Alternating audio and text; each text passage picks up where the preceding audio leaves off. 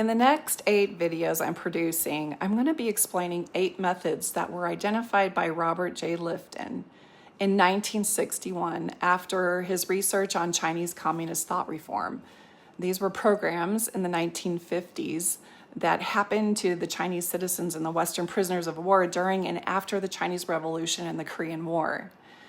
So in 1961, Lifton published the book Thought Reform and the Psychology of Totalism, where he identified 8 reoccurring psychological themes that were present in systems that seek to reshape a person's identity and beliefs so that they're easy to control. And I want to be clear here that these are not new strategies. These are ancient techniques or psychotechnology that has been used by empires throughout history. And they can emerge wherever leaders or institutions seek to shape not only behavior, but also identity and belief. So I'm going to be going over these 8 methods and how they show up in the doctrines and the themes in the Church of Jesus Christ of Latter-day Saints. And although these methods show up everywhere in our world right now, I'm using the backdrop of the LDS Church to explain how they occur, because that's where I experience them in the most extreme fashion and where they become most observable for me. So notice that I'm not going to be talking about history of the church, and I'm not going to be talking about doctrines or theology, except when it expresses these control methods that I'm going to be talking about. So the first step of thought reform identified by Lifton is called Milieu of control. And here is how it can show up in the LDS Church. When people hear the word control, they often imagine force. But the most effective control doesn't begin with force. It begins with controlling the environment around your mind. And Lifton called this milieu of control. It's the shaping of what information you receive, who you trust, and which voices are considered safe and which voices are considered dangerous. And so in the LDS Church, this is what it can look like. You're being taught from childhood that the church is the only source of ultimate truth, and that the scriptures are truth, and that your leaders are called of God. And we're taught to trust church-approved sources over any outside historians or critics.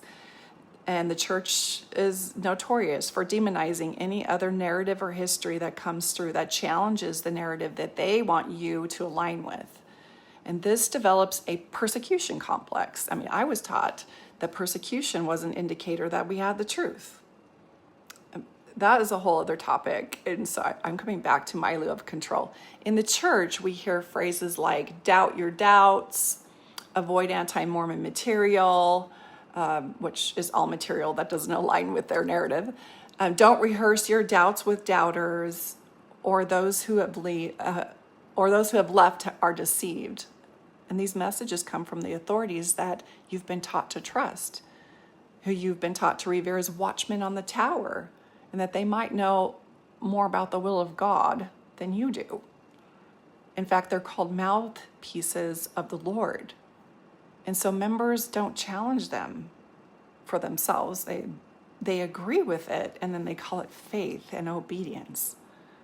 And another way milieu control shows up is feeling social or spiritual consequences if you openly question or challenge core beliefs.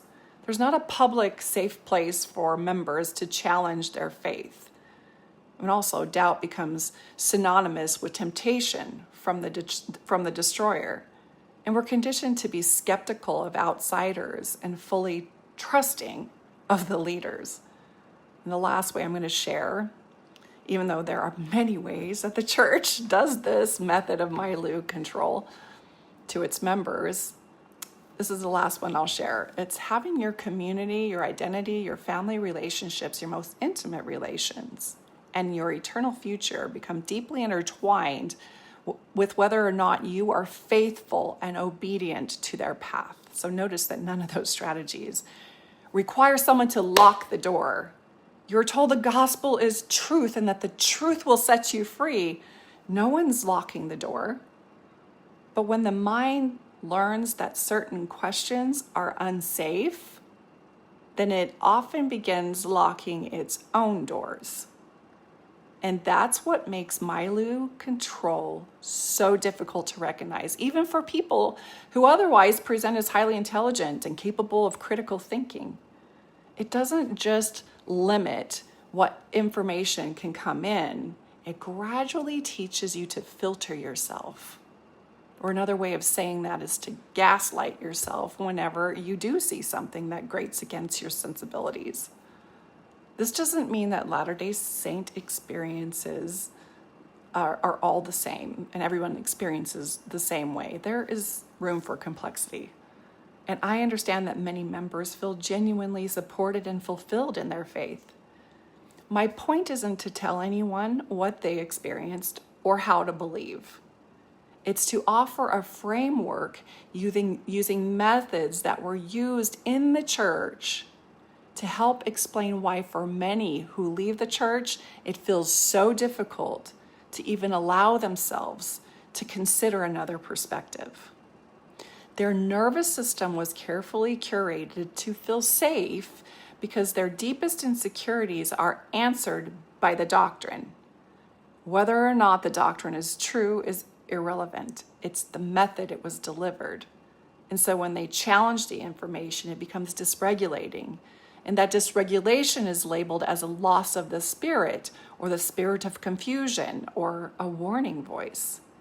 And sometimes the strongest walls are not built around us. They've been built inside of us.